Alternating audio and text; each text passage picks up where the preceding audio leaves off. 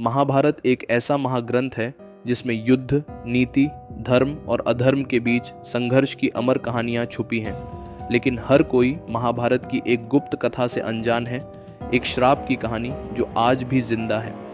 कुरुक्षेत्र की भूमि पर जहां धर्म और अधर्म की सबसे भीषण लड़ाई लड़ी गई, वहां केवल तलवारें ही नहीं टकराईं, वहां भावनाएं, रिश्ते और नियति भी एक दूसरे से टकराए।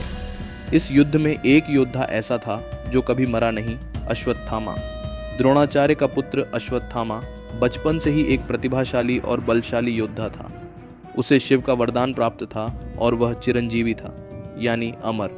लेकिन उसकी किस्मत में अमरता नहीं बल्कि अकेलापन और श्राप लिखा था।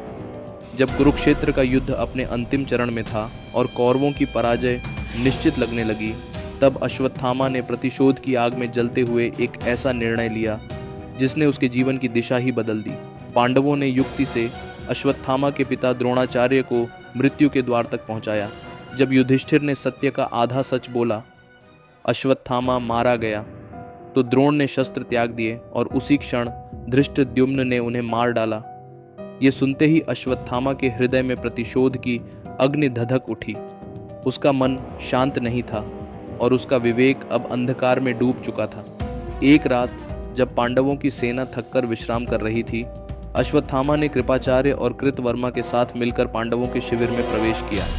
लेकिन वहां उन्होंने सोते हुए द्रौपदी के 5 पुत्रों उप पांडवों की निर्मम हत्या कर दी।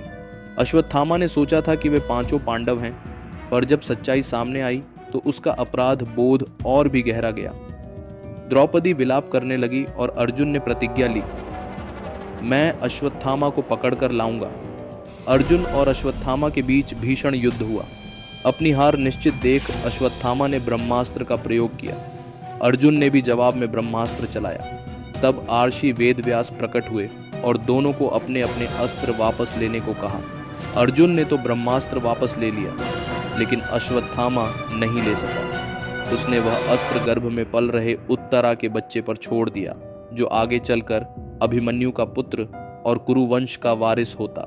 तू हजारों वर्षों तक धरती पर भटकेगा, तेरा शरीर कभी नहीं मरेगा, लेकिन हर क्षण तुझे पीड़ा होगी। लोग तुझसे डरेंगे, तुझे पहचानेंगे नहीं और तू अपनी पहचान खुद से छुपाता रहेगा। कहा जाता है कि अश्वत्थामा आज भी जीवित है।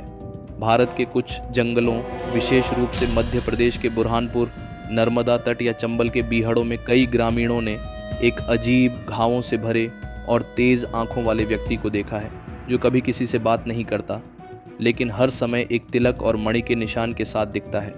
कई अर्षियों का मानना है कि अश्वत्थामा आज भी तपस्या में लीन है, अपने पापों का प्रायश्चित कर रहा है। उसकी मणि जो माथे पर थी, श्री कृष्ण ने छीन ली थी, जिससे उसका शरीर हमेशा सड़ता हुआ रहता है और उसे शारीरिक यातना झेलनी पड़ती है।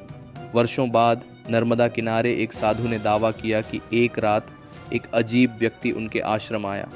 उसका माथा हमेशा से रिश्ता था और शरीर से खून की गंध आती थी। उसने कुछ नहीं खाया, न पानी पिया, बस आग के सामने बैठा रहा और धीरे से बोला, मैं अश्वत्थामा हूँ, क्या तुम मुझे मोक्ष दे सकते हो? साधु स्तब्ध रह गया। जब तक वह कुछ कहता, वह व्यक्ति गायब हो चुका था। महाभारत सिर्फ युद्ध की कहानी नहीं, यह इंसान की भावनाओं, उसके दोषों और उसके कर्मों की गाथा है। अश्वत्थामा की यह कथा हमें बताती है, कभी कभी अमृता भी सबसे बड़ा श्राप बन सकती है।